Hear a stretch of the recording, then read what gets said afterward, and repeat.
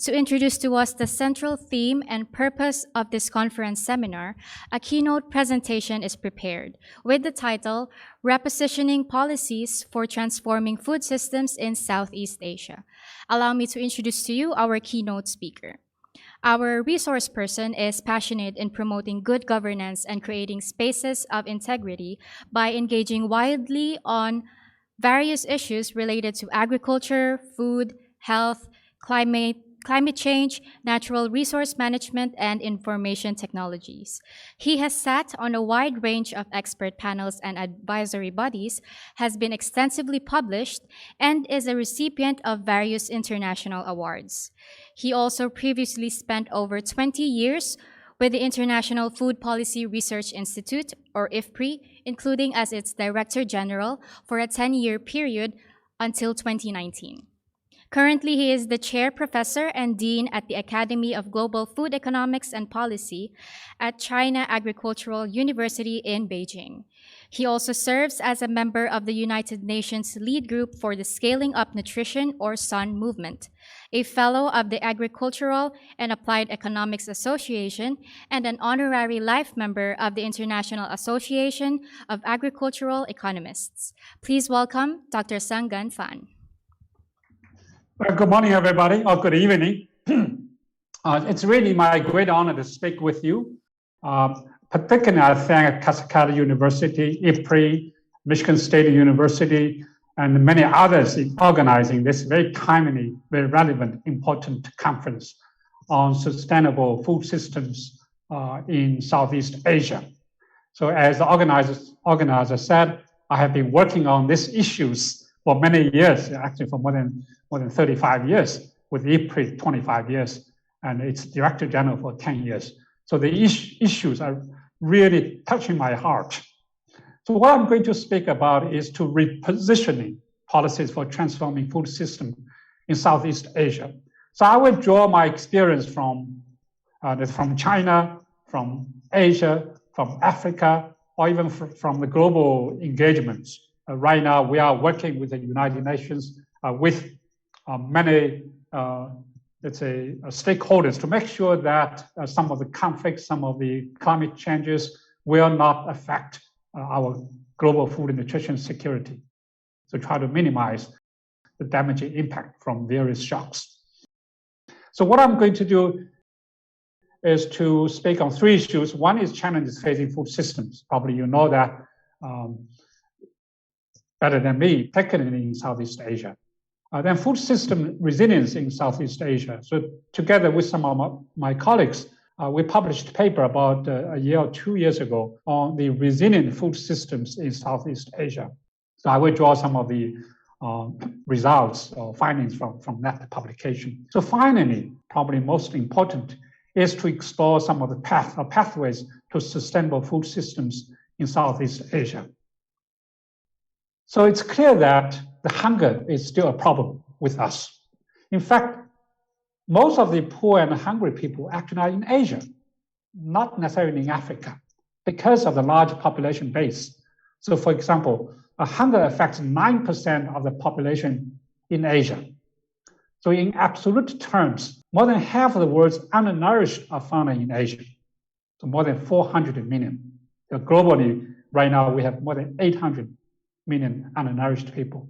More than half of that are in Asia. I do not have concrete number for Southeast Asia, but some of the countries like Myanmar, Cambodia, Laos, or even Indonesia, some of the emerging economies, the poverty is still a big challenge for the society, for our economy.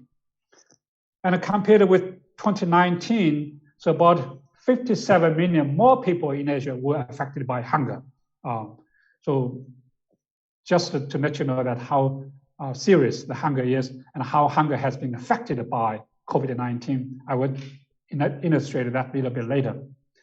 So malnutrition, in addition to hunger, there are other forms of malnutrition. For example, lack of micronutrients, we call it hidden hunger, and also overweight, obesity, so overnutrition. So one of the important phenomena of malnutrition is stunting, particularly for children. We know that when the children are stunted, then the whole life will be affected. So their intelligence, their productivity, their income earning capacity will be all affected. We call it life sentence. So it affects whole life. So this is serious in Asia. So most children under 5 years with malnutrition live in Africa and Asia, probably even more in Asia, South Asia, Southeast Asia, East Asia. And so these regions account for more than 9 out of 10 of all children with stunting. So more than 9 out of 10 children with wasting, and more than 7 out of 10 children who are overweight.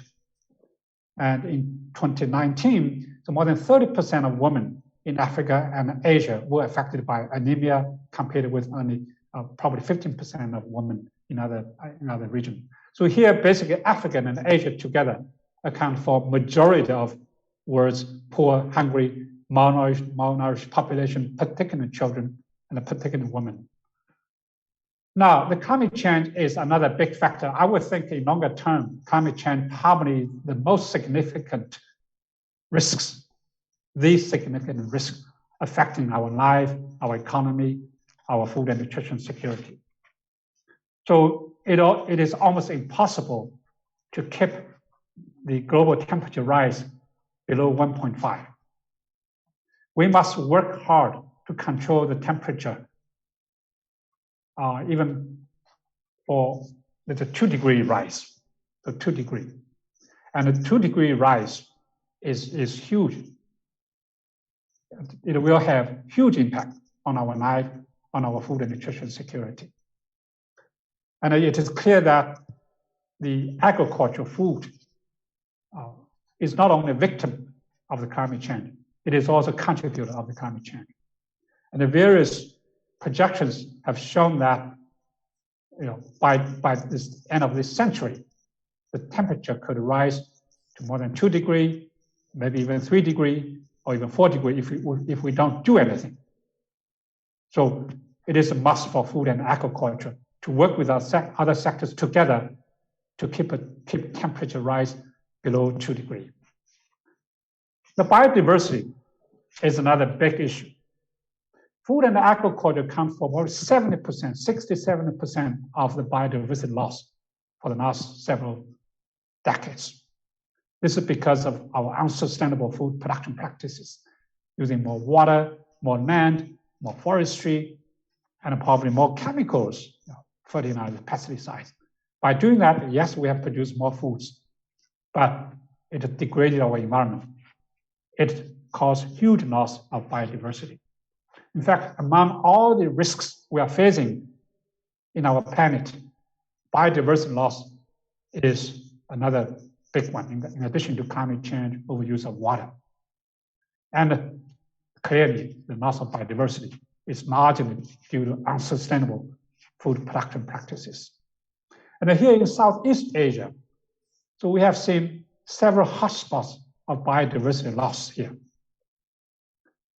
So some parts of the region are projected to lose up to 98% of the remaining forests in the next years. We know that forest contains a lot of biodiversity, helps to sequestrate the carbon.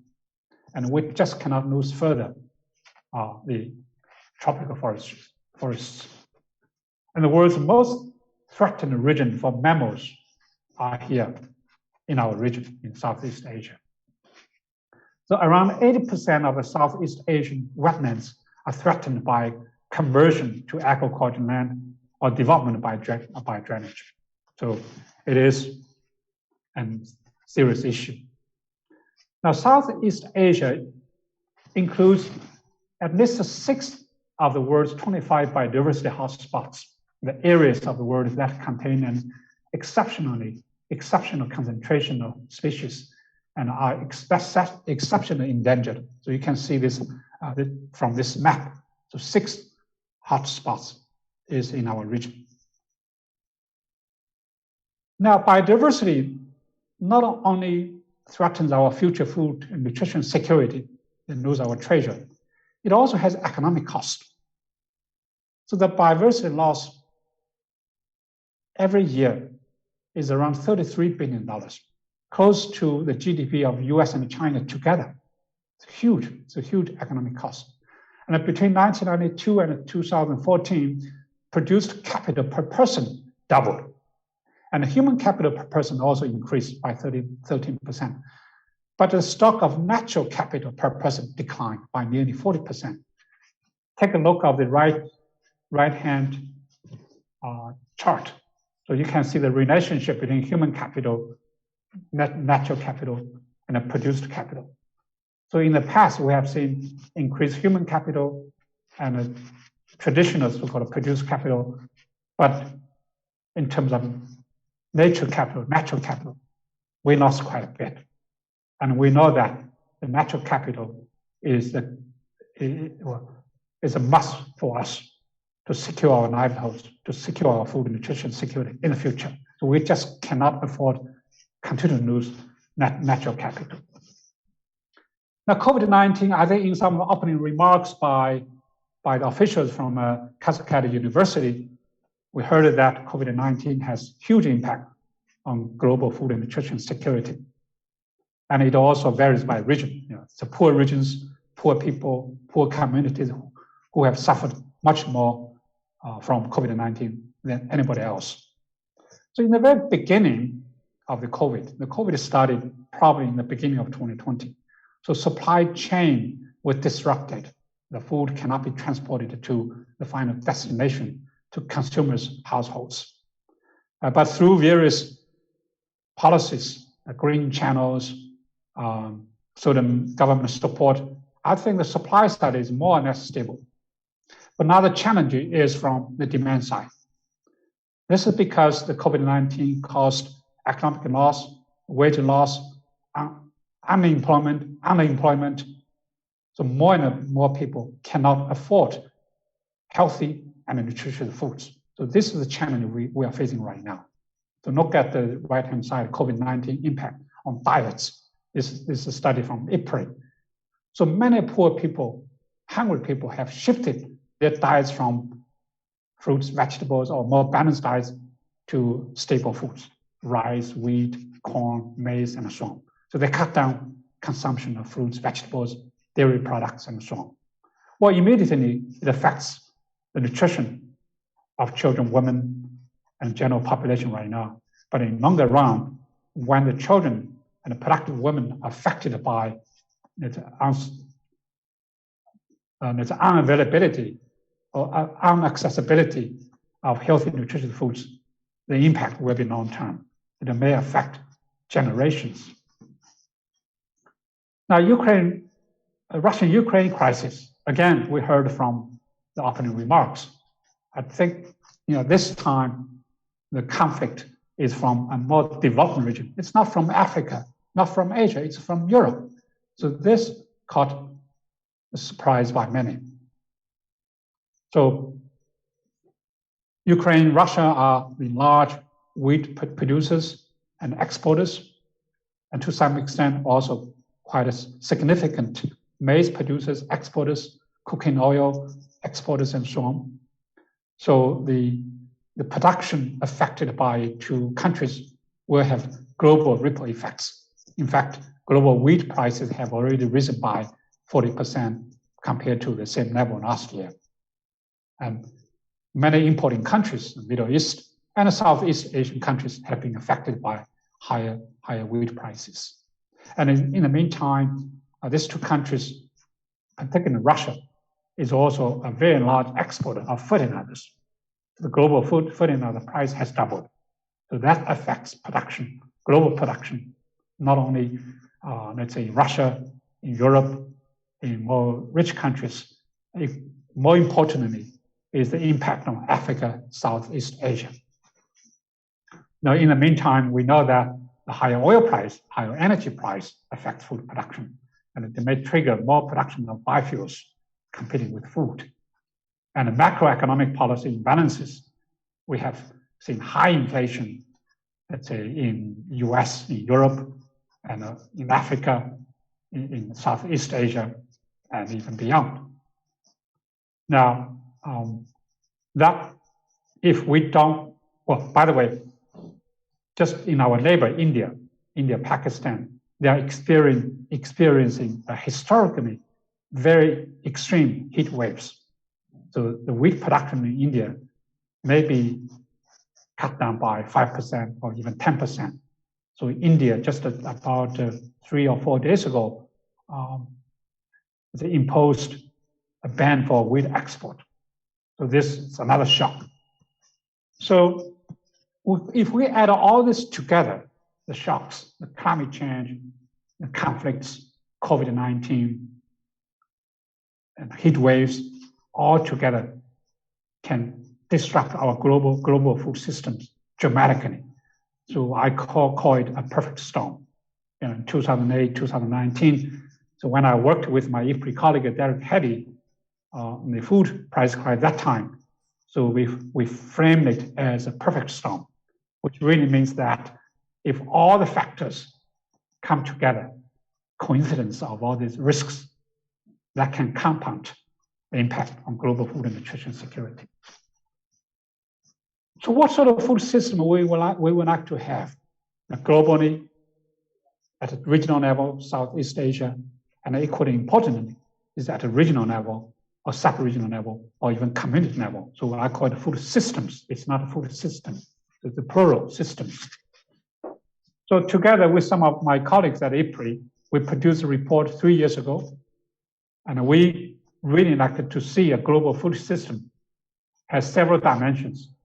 One is productive. We still need to produce more because of population growth, because of the constraint of natural resources. We've got to produce more with less. And then nutritious food system, the second dimension. In the past, our policy has been supporting more production of rice, wheat, maize, the staple foods. But all these foods have very little nutrition.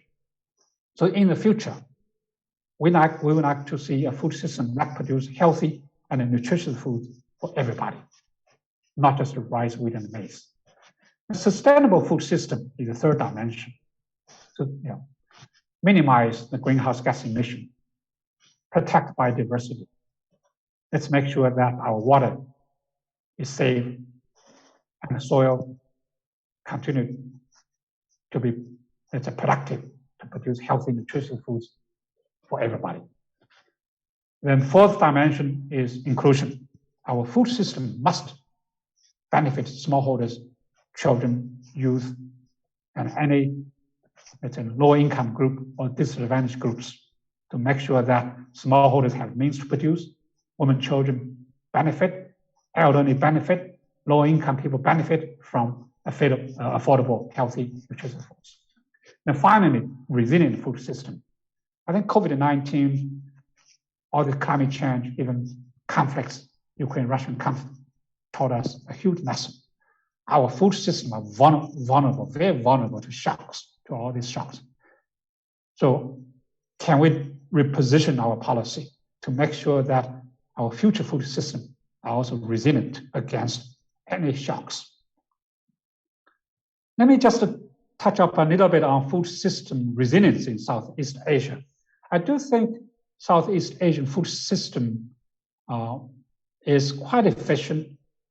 Also, it's very diverse, producing not just rice. The rice is important, but also maize or corn, fruits, vegetables, and so on. So Southeast Asian countries actually contribute to global food security by exporting lots of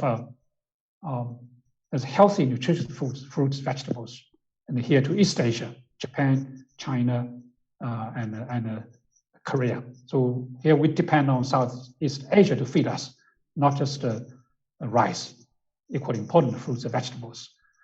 But just like in any other food system, they're very vulnerable to shocks. I think climate shock is very critical. And obviously conflict. Myanmar is still experiencing certain conflicts right now. And obviously COVID-19. I think the region is still struggling with, with containing the virus. So I think one of the important elements is rising middle income in Southeast Asian countries. So there are right now 350 million middle-class people in ASEAN countries. So this is a great opportunity. So when the people are getting richer, they will demand more diverse, more healthy, more nutritious foods. So, and the ASEAN also has very natural resources foundation to maintain resilient food system, especially with respect to land. I think ASEAN probably is the only region here in Asia that still has certain natural land or native land and tropical forests. Yeah, Myanmar, Cambodia, Laos, Indonesia, maybe to some extent Malaysia. So we need to protect them to make sure that we can preserve all these natural resources.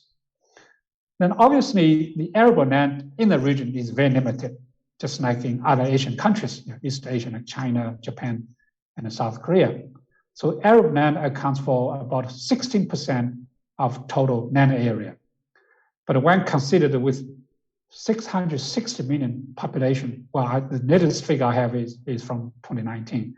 So arable land per person in the region is only about 0.12 hectare, so among the lowest in the world. So we can see the land resources, particularly arable land, is very much limited in the region. Now, the Southeast Asian region is very diverse, from very rich countries like Singapore to least development like Cambodia, Laos, or Myanmar. So in terms of contribution of agriculture to national GDP, it ranges from almost zero in Singapore to 24% in Cambodia. And again, employment in agriculture also varies. Well, overall, obviously, it's declining. So employment in agriculture ranges from less than 1% in Singapore to more than 1/3 in Cambodia. And well, the ASEAN food security is mostly sustained by the interlocking of a multitude of fragmented supply chains. So yes, the region exports lots of food, but there is no, let's say, organized, efficient supply chains. And 70%,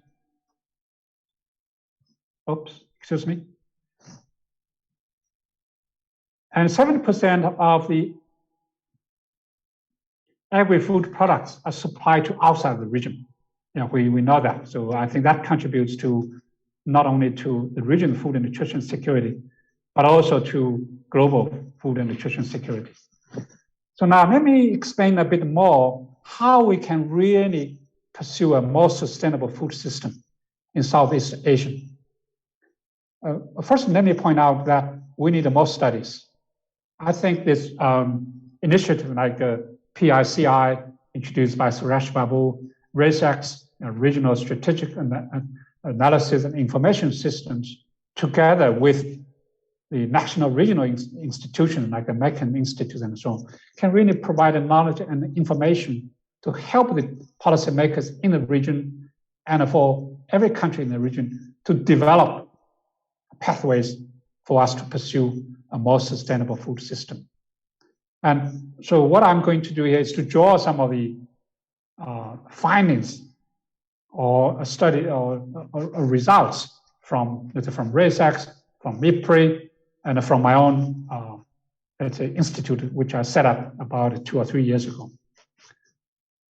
So I think I propose 7 strategic transitions in order for us to achieve a more sustainable, resilient food system. So number 1 is technological innovations. This is clear. Yeah, resources are limited, demand is increasing, and we need to protect our resources. And so innovations is a must. And for that, we need to reprioritize our agricultural research. So I will illustrate that a little bit. The second is to repurposing subsidies. So the title of my presentation is to repositioning policies. I think repurposing or reprioritizing subsidies will be part of that strategy. The third is to invest in new infrastructure. So it's not just roads, irrigation, telecommunications, and equally important, the new tools, digital technologies. The fourth is institutional innovations. How can we facilitate institutional innovations to make sure that so we can empower the different stakeholders, so we can facilitate investment in innovations. And respect for nature. We learned a huge lesson from COVID-19 and from previous pandemics, particularly zoonotic diseases. How can we make sure that we respect our nature? In the meantime, we produce healthy, nutritious foods. And trade. We know that trade must continue to be open, to complement what do we have and we don't have. And finally, to change our consumer behavior.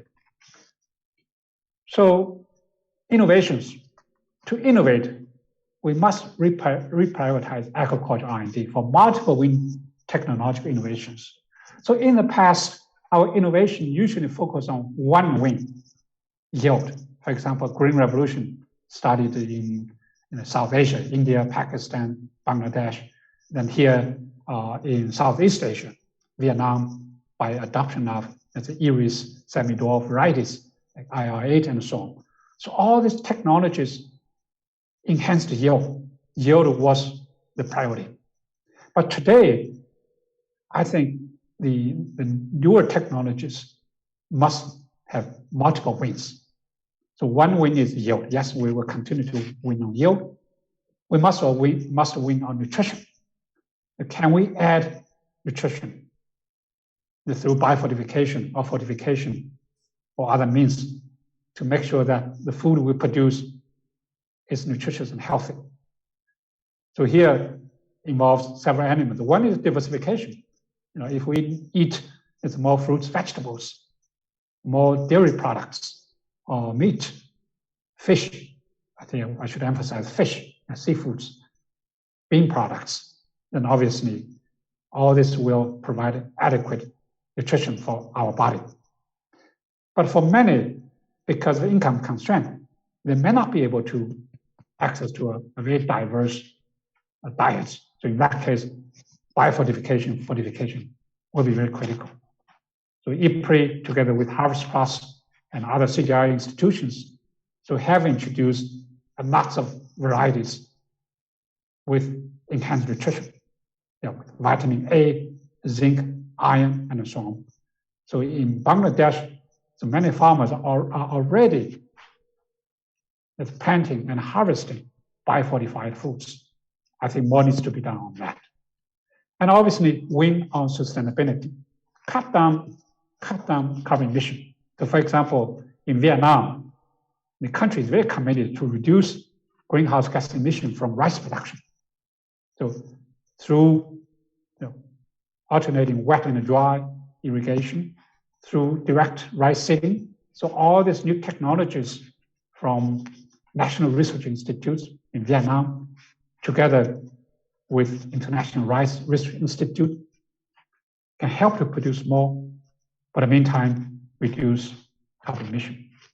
And obviously, nutrition, as you know, we can add vitamin A, we can add zinc and iron into rice through traditional breeding or through modern breeding. Now, reposition,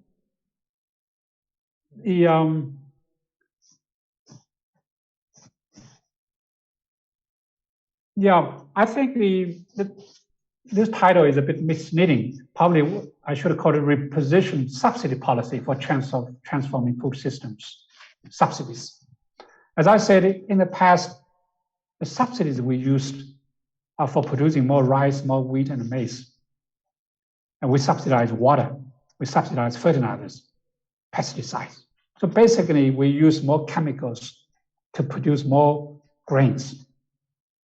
In the past, it may make sense. We wanted to produce more foods to feed more mouth.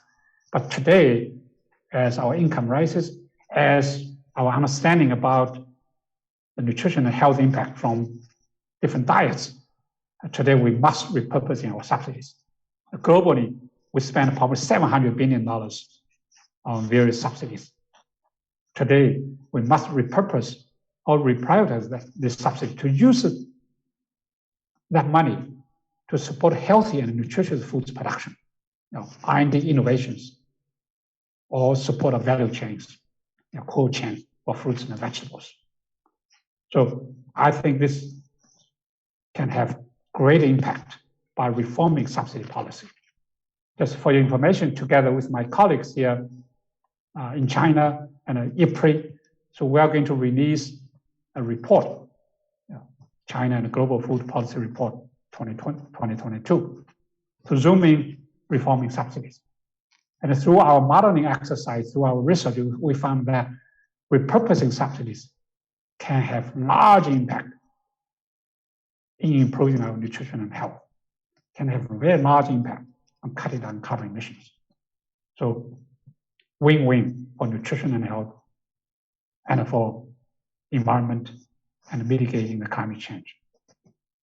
Now, facilitate institutional innovations to build efficient and inclusive food value chains.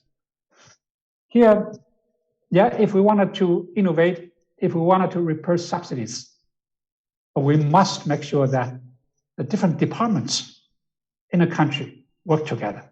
So here in China, Ministry of Agriculture and Rural Affairs, Ministry of Environment, Ministry of Health, Ministry of Finance, and also the Commission for Economic Reforms. All these government agencies must work together because the food system is complex. It needs a system approach. It needs to bring all this together. So here in China, we used to have a working group. We still have a working group on agriculture and rural affairs the central government has set up. I think today we also needed to have a similar working group on food systems to bring different departments, agriculture, food processing, health, environment, finance together to tackle some of the complex challenges we're facing right now. And then incorporate indicators of greenness, health, and nutrition into the performance appraisal of system of government institutions at all levels. In many countries, the local governance or local government officials are accounted for only growth, GDP growth or employment. But in the future, I think the education, nutrition, environment, all this have to be reflected in the evaluation of the government officials. Here, I wanted to mention the Thai case. The community in Thailand really uses nutrition, health, education, all this as indicators in evaluating community leaders. And this is a great example that many countries can learn. So not just at the community level, but also at the regional level, even national level, maybe even global level. Now, the social protection, in terms of institutional setup, so many countries still do not have a very formal, solid social protection system. So we must establish that. And that system should cover most of the vulnerable populations and then link rural and urban together. In Southeast Asian countries, the population is very dynamic. They move around. So that social protection system must be able to target to individuals, whether they are in rural areas or in urban centers, in other locations. So integrated rural-urban or national social protection system will be so critical to make sure that wherever they are protected, so they have access to healthy and nutritious foods. Now, increase investment in rural information and communication technology and digital technology.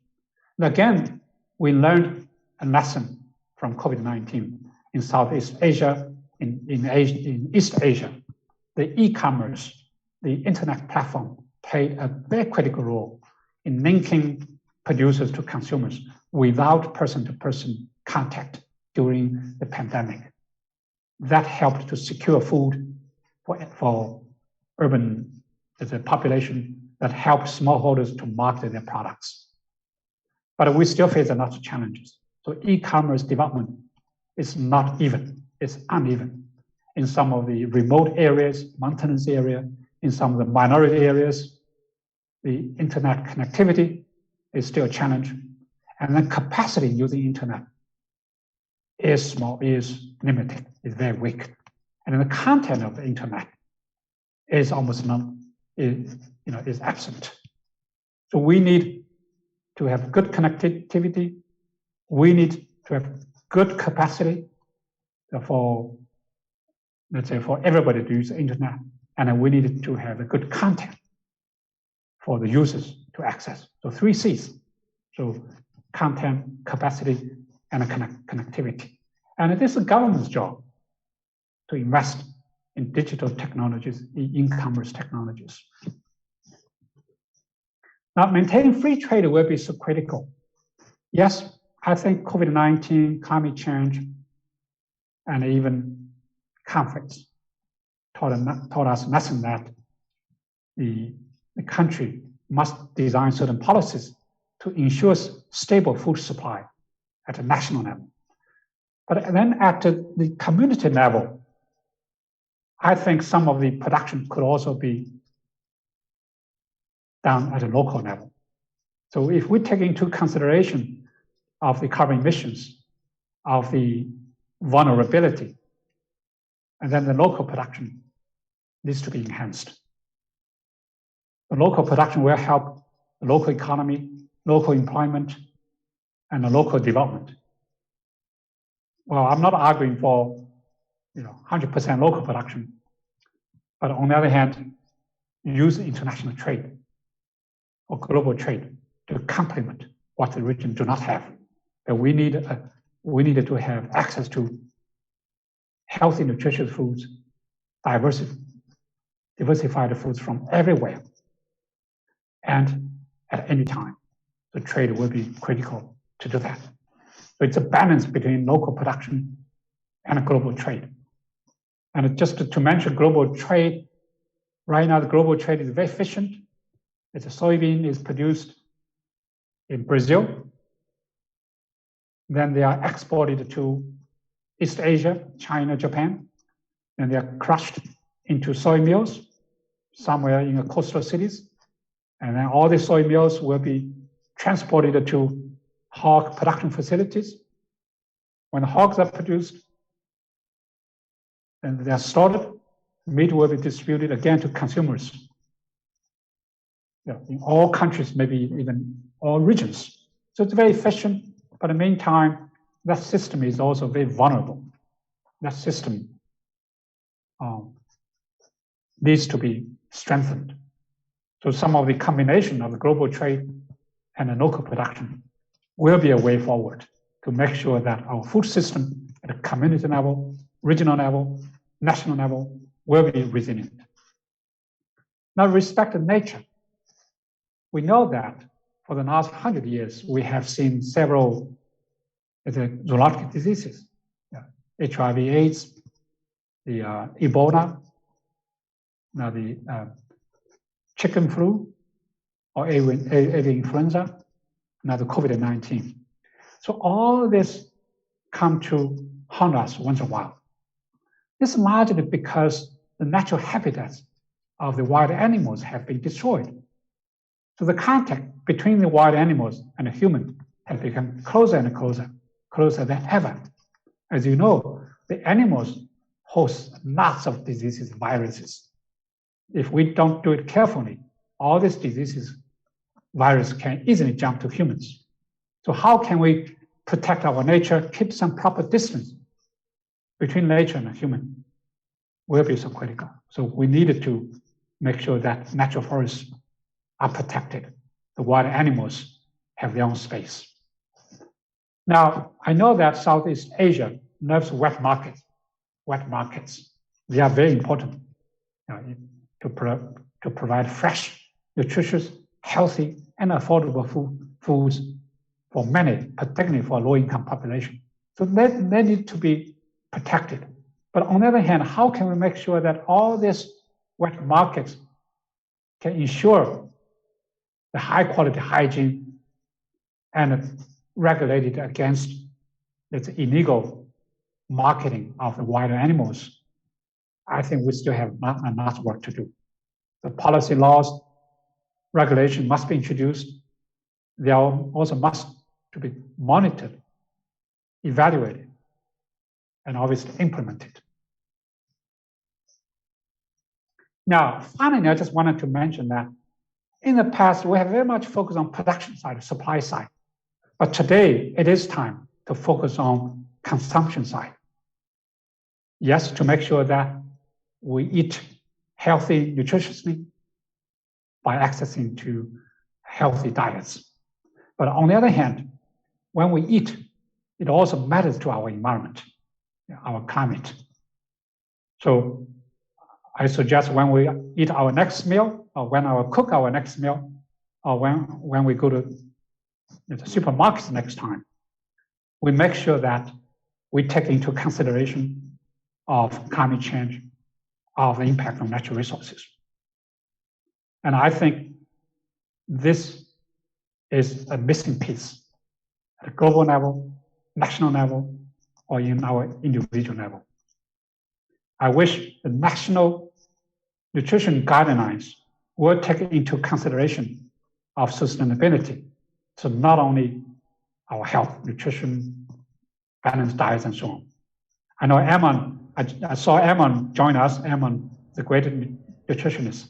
I think we must work together with the National Nutrition and Health Authority to make sure that when they design the next nutrition guidelines, we take into consideration of sustainability. I'm working very hard here in China. I'm also pushing FAO, WHO, and others to do the same.